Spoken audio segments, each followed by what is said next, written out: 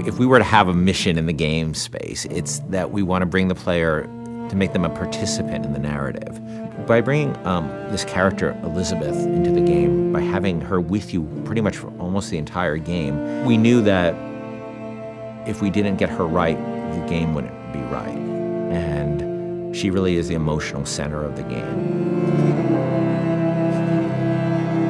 This character, Elizabeth, she comes from a pretty dark place, but she's also got an incredible amount of enthusiasm for life. And when we found Courtney, I think we found somebody who could do both. I don't dance. Come on, let's go. Why? What could be better than this? It's so complex. I mean, you're talking about really trying to bring forth all the complexities of human nature that impact us because you're having to use only your voice to convey your entire, the character and what you're trying to portray. You have to put your entire body into it. So there are times when I'm doing voiceover work and I'm literally drenched in sweat because my body is working so hard. Hey! Knock it off! Stop it! Will you stop it? I'm not here to hurt you. Who are you? My name is DeWitt. I'm a friend. I come to get you out of here. Get away!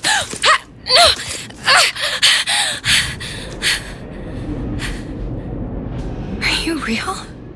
It's not these one-note emotions, and I think that's what was so important to us as a collaborative team, to be really putting forth a narrative that was strong and that was complex and that was, reflective of how deep and the myriad of emotions that the human beings experience.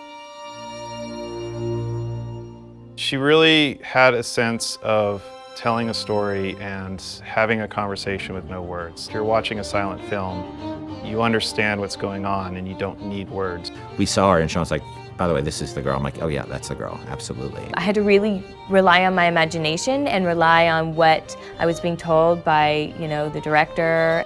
Weird for me to see myself, literally, every movement that I did. Yeah. I mean, I see myself in it. I mean, it might not be my face, but the thing is she's actually in a world. When I did it, I was in an empty room. Yeah. They put me out into this giant sort of basketball court, it looked like, with stuff taped out on the floor that was sort of like the imaginary, world.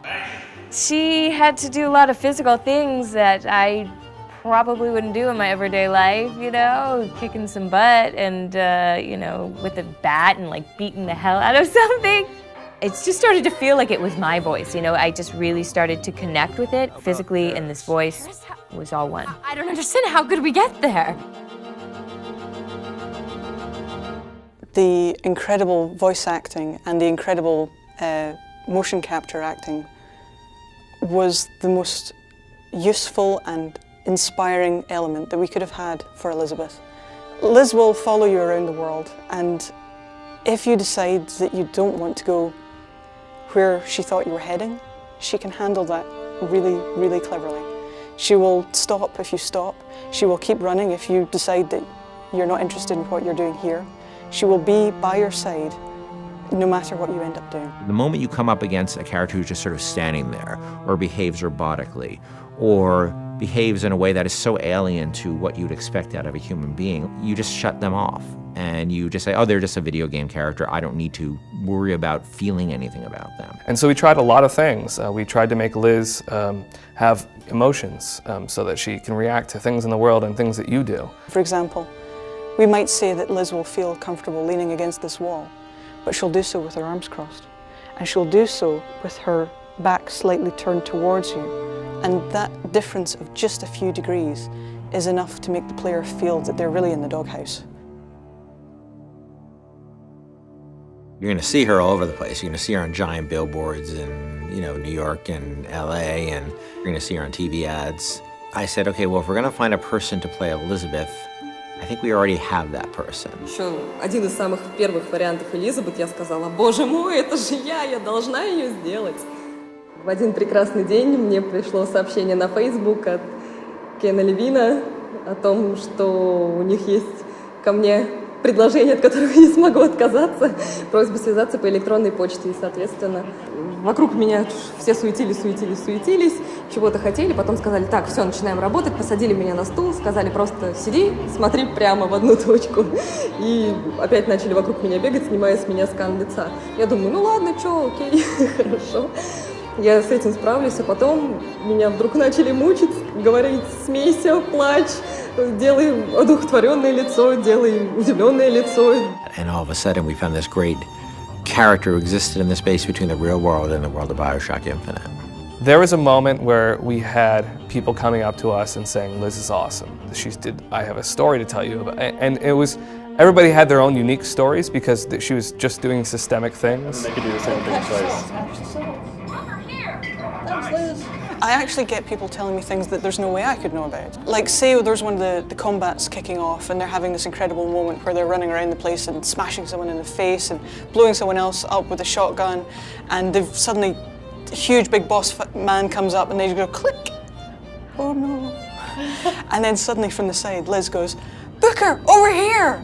You press the button, she throws it, you grab it and just go boom! And they come up to me and go, and it was amazing! I was like, yeah, me and Liz, we're gonna kick ass, we're gonna, nothing we can't do. That's right.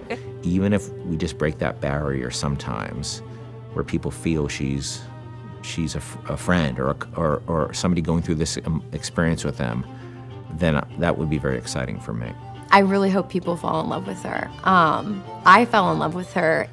I forget she's not a real person sometimes, and I know Courtney really well, and I forget sometimes that that's Courtney's voice, and that's Heather's motion, and that's the team's other work, and she becomes a real person to me many times. And I think the reason we call her Liz internally is because she became a real person to us in a lot of ways. Elizabeth has been locked in her tower for however many years it was, and now instead she's going to be released from her secondary tower, which is our studio, and let loose in the world for real. And that's just an incredible feeling. Let's go! Come on, let's go!